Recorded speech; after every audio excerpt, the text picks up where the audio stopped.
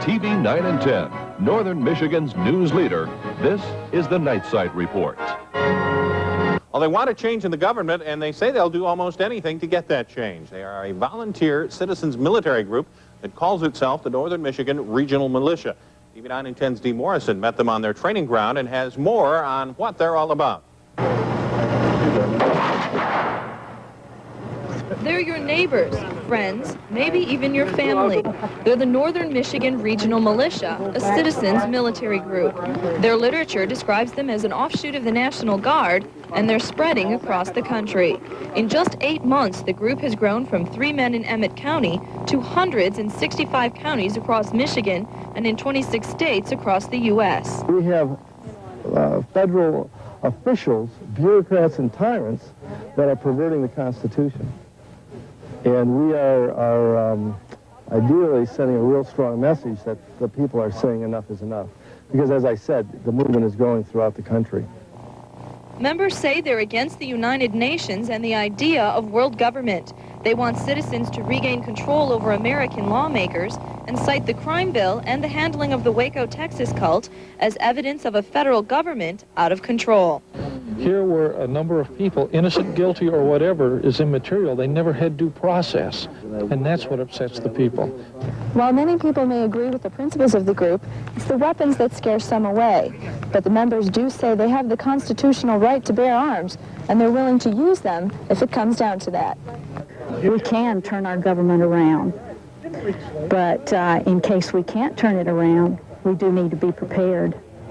Today, the group practiced search and rescue techniques, sharpshooting, and working as a team. They say they're willing to use their skills in serving their communities in whatever way is needed. In Wolverine, I'm Dee Morrison for TV 9 and 10, the news leader. Now, the militia says they welcome any volunteer to their group, and they don't discriminate on the basis of age, sex, race, or religion.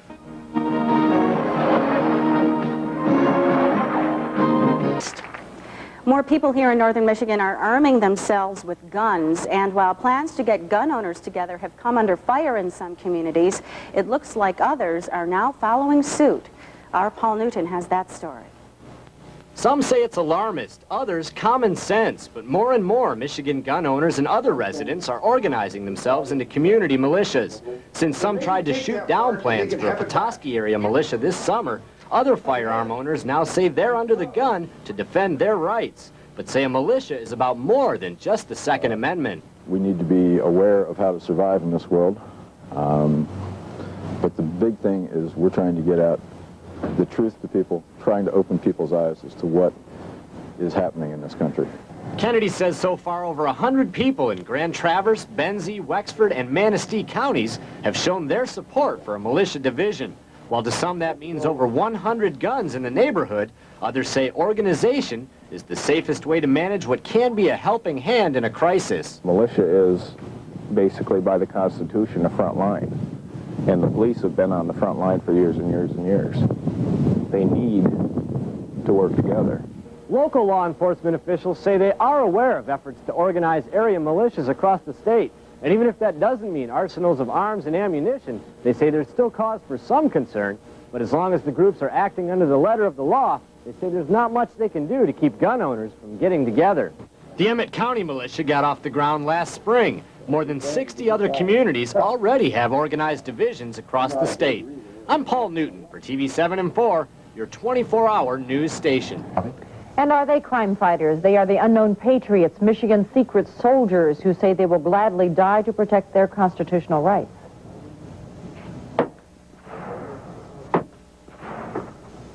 And the Legion? Tonight, Target 7 follows Michigan's militia as they pledge to walk in our founding fathers' footsteps and fight a government which they say is out of control. You'll see what makes these people tick and why they may soon explode. Tonight and tomorrow, watch this report only on the Action News Update at 11 right here on Channel 7. Well, Guy, I've made a couple of trips up north. I've spent many hours with these men and women, and I can say that they're not white supremacists, although some of those people may be drawn to the group. They are not survivalists, although they receive that kind of training. They claim they are defenders of the Constitution who will lay down their lives for your rights, including the right to bear arms. They believe without weapons, there is no way to keep the tyrants, as they like to call them, or our government in check. Now keep in mind what you're about to see is not the Army, it's not the National Guard. This is a citizens militia, armed and ready to fight our government.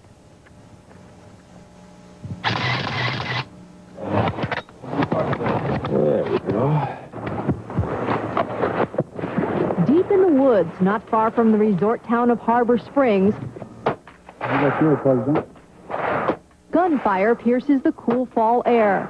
It's the sound of a Chinese-made SKS assault rifle, the sound of the Northern Michigan Militia.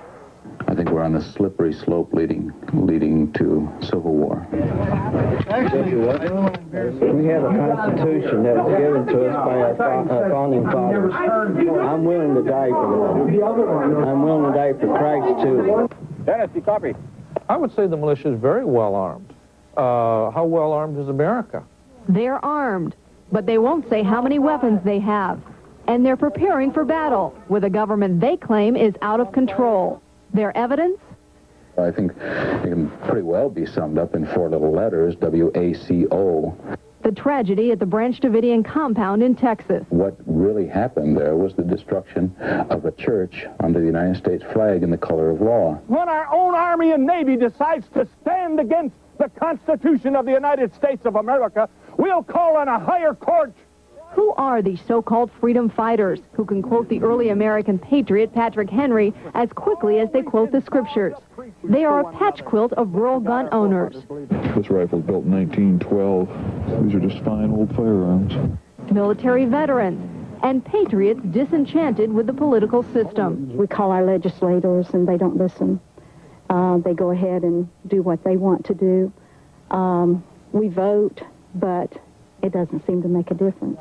The militia claims it has soldiers in 65 of 83 Michigan counties. The day we visited, they signed up 9 new recruits. That I will bear true faith and allegiance to The Second Amendment is near and dear to the hearts of many militia members. They point to the passage of the crime bill as evidence that our rights are being trampled on. The military has weapons. They're called defensive weapons. But if the civilians have that same weapon, they're called what? Assault weapons. Why? Why? Somebody tell me why. They are trying to stop us either legislatively or they are trying to stop us in a strategic engagement. Norm Olson is the state commander of the Northern Michigan Militia. He's a 22-year veteran of the Air Force who opened up a gun shop in Alanson last year. The militia headquarters, Mapville. Many militia members buy their weapons here. Olson is also the minister of the Calvary Baptist Church in Brutus. You need to get one of these if you don't have one. Olson mixes religion with politics by starting each sermon with an update on the militia. My country is of thee. Whether Olson is preaching the gospel or guns, his message attracts militia members to his church. Commander Ray Southwell is a deacon here. Southwell took us to the woods near his home where the militia first formed last April. Because at that time, again, there's a tremendous amount of fear being involved in a militia, even though we're not doing anything unlawful. Southwell put his home in his wife's name and discarded his worldly possessions, preparing for the end. I foresee, and this is a scenario that I picture, within 2 years, there'll be an economic collapse or hyperinflation. Unless there is a immediate turnaround for our country spiritually, morally, in law, there will be conflict. It's inevitable. Last weekend, Target 7 went into the brush with the Northern Michigan Militia. Today, it's a search and rescue mission. A young boy is lost. We want to transport him over this fence. Drop that fence down. Drop it on. But if you think these secret soldiers are a Northern Michigan phenomena, guess again. This is a voicemail system here. Using computers, fax machines, and video equipment, the militia keeps in touch with its soldiers in 65 counties, including the Metro Detroit area. You know, there are some people that are going to listen to this and they're going to say, these guys are dangerous. These guys are nuts. And what would you say to them? We're not. We're Americans. I mean, we're regular working people. It doesn't get any simpler than this. Don't tread on me. Militia leaders emphasize they will only strike in defense, but they are vague about at what point the militia would fight back. If you think the militia movement is only gaining momentum in northern Michigan, watch tomorrow night. These secret soldiers are closer than you think. We should point out that there's nothing against the law here. This is constitutionally protected, but obviously they're preparing for this strategic engagement. Or what circumstances would they launch it? Do we know? When would they send out an alert? They send out alerts on a daily basis about various things that happen throughout the state. And they're rather vague about at what point they would actually take up arms and go defend someone. They say if a Waco-like incident occurred again, they would be there, and they would fight. It's interesting. Thank you, Shelley. Thank you, Shelley. Good to have everyone here today. I'm not the commander. My name is Ray Southwell. I'm the information officer for the Northern Michigan Regional Militia. We are quite pleased to be here in Battle Creek, and I appreciate the courage that all of you had to come out and hear about what we've done in Northern Michigan in forming a constitutional militia. In listening to the last speaker and many of your questions, I can appreciate that there's a lot of anger out there. And give us about an hour, all right? We're going to explain what we've done. We're going to explain to you the who, what, when, why, and how we put our militia together. So please save your questions for the end, and feel free at the end to ask those questions. I want to kind of just share with you that on April 29th of this year, 28 men met in the woods. At that time, we were very frightened about forming a militia, so we met in the woods on private land, our cars camouflaged in the woods, so we could do this without anyone being aware of it. That was on the 29th of April. 28 men came together. At that time, we elected our commander. Our commander is Norm Olson. He's here. He's going to be speaking to you in just a minute. Shortly after that time, we decided that it was best to go public, and we'll be sharing the reasons why we did that. I see some other members of militias here, and I want to encourage you to also go public. Very important. At this time, I'd like to have our commander, Major Norm Olson, come on up and speak to you.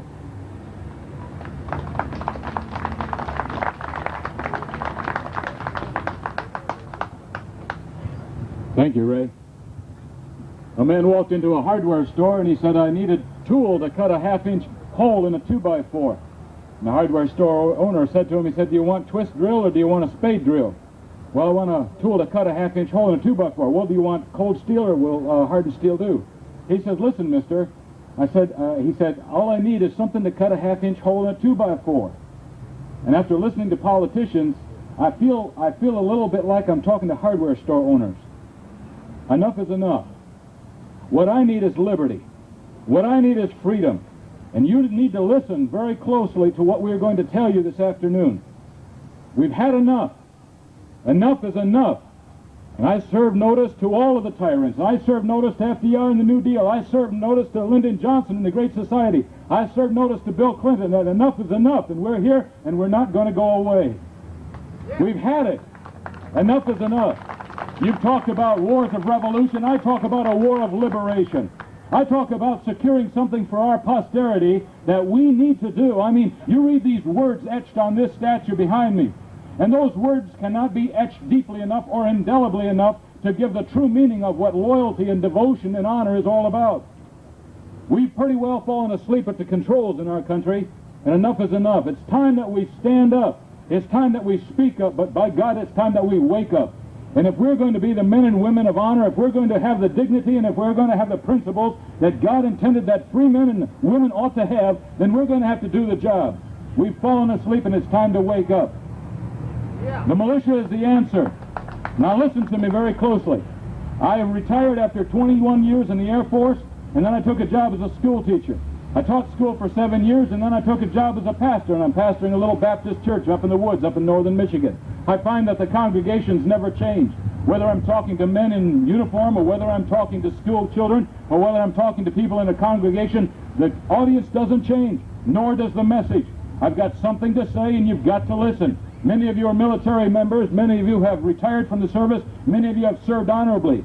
Let me say this to you. You've raised your hand and you signed on the dotted line. You raised your hand and you vowed to protect this country against all enemies, foreign and domestic.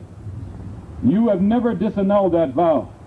And let me say this. If you were willing to die for your country then you're willing to die for it now. Enough is enough. It's time that we wake up. It's time that we stand up. And it's time that we speak up. One of the framers of our Constitution said that what we obtain cheaply, we esteem lightly. It is dearness that gives everything value. And I say this, that it's not until you lose your freedom that you wonder, whatever happened, how was it ever taken away from us? When we came together on April 29th, we realized this is probably the last option before armed and open warfare.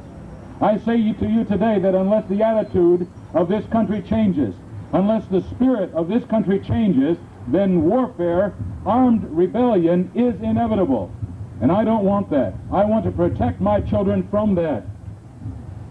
When you look at your children this afternoon, when you go home and you look at those little grandchildren, you hug them close.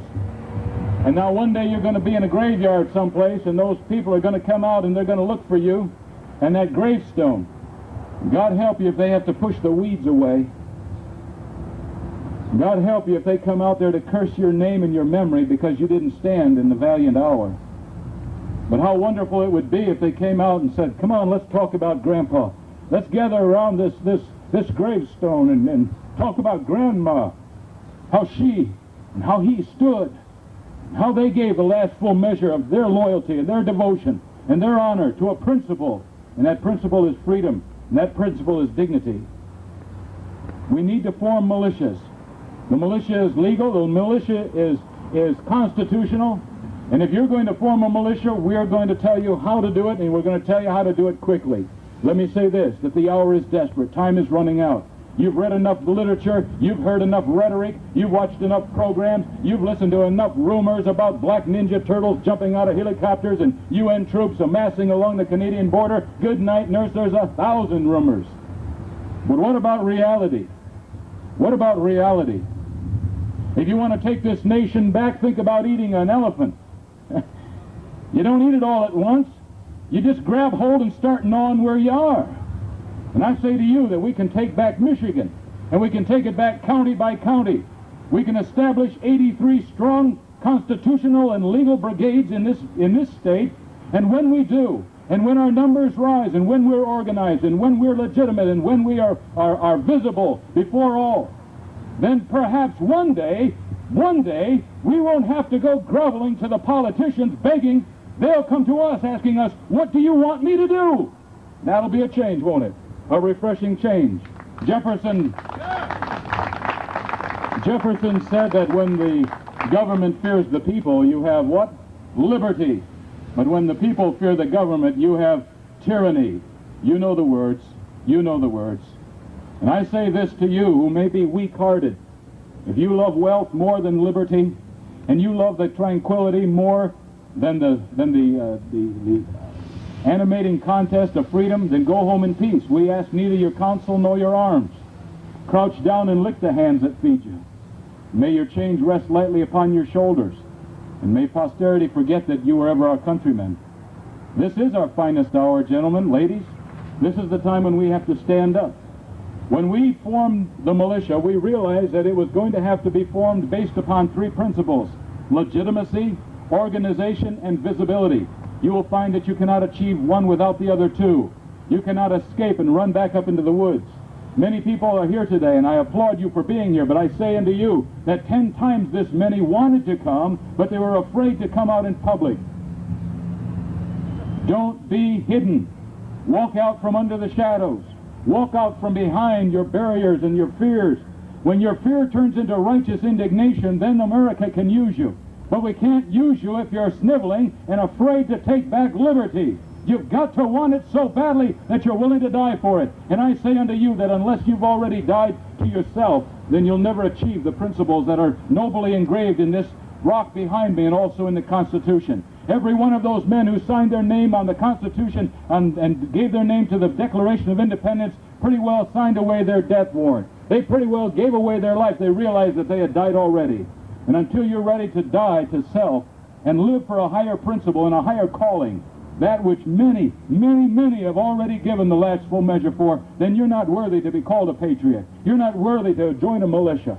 You're not worthy to stand with the other brave, those who are buried in the South Pacific and Normandy's beaches. You're not willing to stand with those who stood at Lexington and Concord. Don't even be named with those people. They would be ashamed if they saw what was happening to America today. If Patrick Henry were here today, he would weep before you openly, wondering how so many who had gone on before and had given all now have left it to us who have given it all away. And I say unto you, stand up, speak up, but by God, wake up first of all. You're going to need the legitimacy. You're going to need the organization. You're going to need the visibility. You need that. Let me say this also, that when you form your militias, you form them according to an organizational structure. Many of you who are military people already understand what that organizational structure is.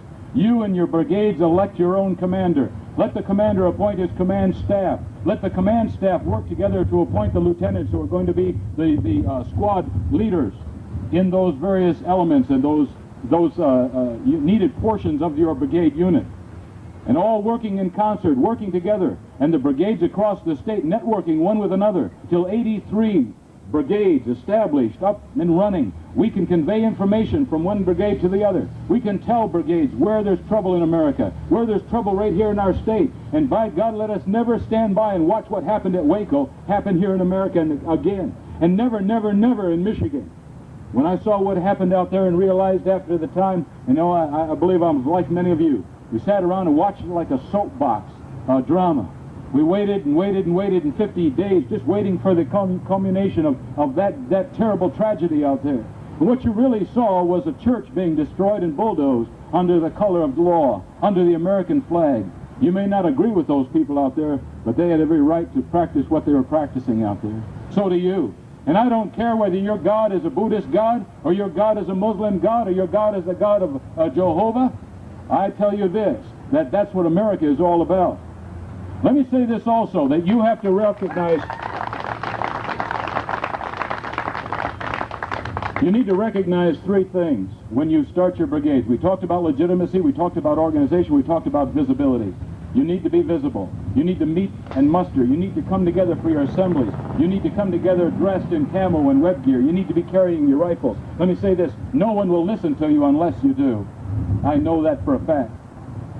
When you get together for your brigade assembly meetings, you open in prayer. I encourage you, I implore you to find a good chaplain to lead your brigades in prayer and to keep the spiritual elements so that you can keep your focus, keep your mission precise, keep your goals in sight. Because if you lose goals and if you lose sight of your objective, you're going to get off course. And for that reason, I ask you all that when you form your brigades in the 83 counties in Michigan, form your brigades according to three guidelines. Number one, please do not let your brigade become political. Follow no one political candidate or one political party. Remember what America is all about. We fight for the right for you to stand up here and talk to the politicians and to ask the hard questions. We fight for his right to lie to you if he wants to. That's his right. After all, this is America, and everyone has a right to show their ignorance. That's what America is all about. Don't become political. Let me say this also. Don't become racist. Please don't become racist. There's enough hatred out there. There's enough hatred for the races and for religious groups. Stay away from it. Don't get off track. So don't become political, don't become racist, and don't become denominational. I'm a Baptist preacher, all right? I serve the Lord God Jehovah, the God of Abraham, Isaac, and Jacob. I serve the God of the Bible, and I'm not ashamed of it. I'm a saved, born-again, Bible-believing, hell-hot, heaven-high, Jesus-saved Christian, all right? But I don't know what you are, and it doesn't matter to me. That's what the American experiment was all about. And I believe that it's your right to practice your religion or not to practice your religion according to the dictates of your own conscience. I believe that, and I'll fight and die for your right to practice that. But don't follow the tenets of one organization. You'll get off course. You'll get off track. What we've put together is a booklet. The constitutional purity in our booklet, I believe, speaks for itself. We went through the booklet and we made sure that we would neither become political, denominational, or racial. We went through the booklet and we tried to keep as pure constitutionally as we possibly could. So that if ever one day someone raised their finger and accused us of anything, of any wrongdoing, we would have to say guilty.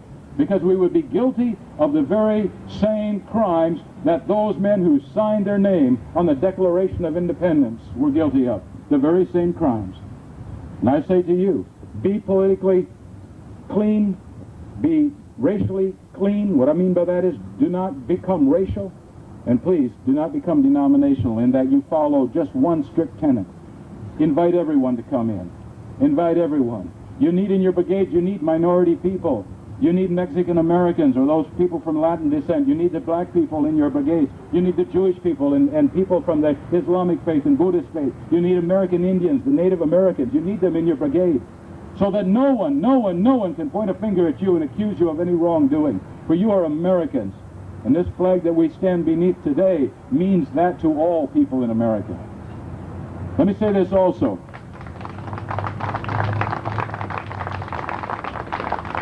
When you form your brigades, I ask that you watch out for three elements. There are the moles and the provocateurs and the dissipators. The moles are plants. They're in there to find out all about you. They're working for someone else. You'll have them, we have them. There are also the provocateurs. The provocateurs are the ones that come in. As soon as they get the badge and the uniform, all of a sudden they start bringing in the distrust. They bring in the division. They bring in the conflict. They bring in all of the types of headbutting contests and the arguing that waste time. Thirdly, you're going to have dissipators. Dissipators are those that come in and they seek leadership positions, and once they get the leadership position, they get the brigade off course. And what is the course of the brigade? The course of the brigade is simply this: to secure that which is already ours. And I say this: we should ask our God four things. God, give us the wisdom to determine what's right. Give us the faith to believe that which is right. Give us the courage to step out to secure that which is right. And God, give us the strength to hold it fast, that which we have secured. And if God will give us that, then we will see victory. Not for ourselves only. Once again, I say unto you, you must die to yourself, for you serve a higher principle. That principle is liberty and freedom. That principle is goodness and righteousness and justice. That principle is the very same thing that beats in the heart of our God. And God goes up for us in this righteous battle that we face now. The tyrants are trying to destroy our America. The tyrants are trying to spit upon the grave of our valiant dead. The tyrants are tearing up our Constitution and riddling it and mocking our God even before our face. And just like David, as he walked out there at the battlefield and he saw Saul's army all hunkered down, he looked at the army out there and he looked up at the generals and he looked down at the colonels and back at the majors and all the way down to the privates, and he said, is there not a cause in Israel? Isn't there a reason? Who is this Philistine that mocks our God? And who are these politicians today that mock our God, the God of righteousness and goodness and justice? Who are these presidents and these Congress people? Who are these people that turn their face and mock our God of righteousness, goodness, and justice? And I say unto you, there is no justice left in our land. And this is now given to us, men and women. This is our finest hour. And we must take it back. We must. Because if not us, who? And if not this, what? And if not now, when? And if not here, where? Will we wait any longer? That's the question. You will form brigades in your counties. The counties, if the counties are large and have large populations within the counties, form companies according to townships. Now let me explain what the militia concept is all about for the state of Michigan, or the state called Michigan, actually. It is a real thing. The state Michigan has a militia concept based upon four divisions: the Superior or the Upper Peninsula Division, the Northern Division, which is the first division, Central second, and then the Southern third. We're in the Southern Division right now. We've come down from the the second division up in the Northern region to be with you here today to show you how to get your brigades up and running. Meet, elect an officer who can be your commander, give him the rank of major. Your staff officers hold the rank of captain. You organize, you speak, you have rallies like this today. You're out in the open. And what we want to do is be able to coordinate and network across the state so that anything that happens, we'll be able to get in touch with other brigades. If you have trouble down here, we'll be here to help you. What we mean by that is this: there are good and bad causes. If you're doing drugs or you're mixed up in something that's clearly illegal, I ask you this: get rid of that stuff. Put it aside. Listen, you'll discredit and taint the militia. If they connect lawbreakers, with the militia, then we'll lose our purity. Remember I told you about the provocateurs and the moles and the dissipators? There are those people that their whole intent is to discredit the militia. We've already involved ourselves with that. Captain Southwell will be talking to you a little bit about that, the discrediting.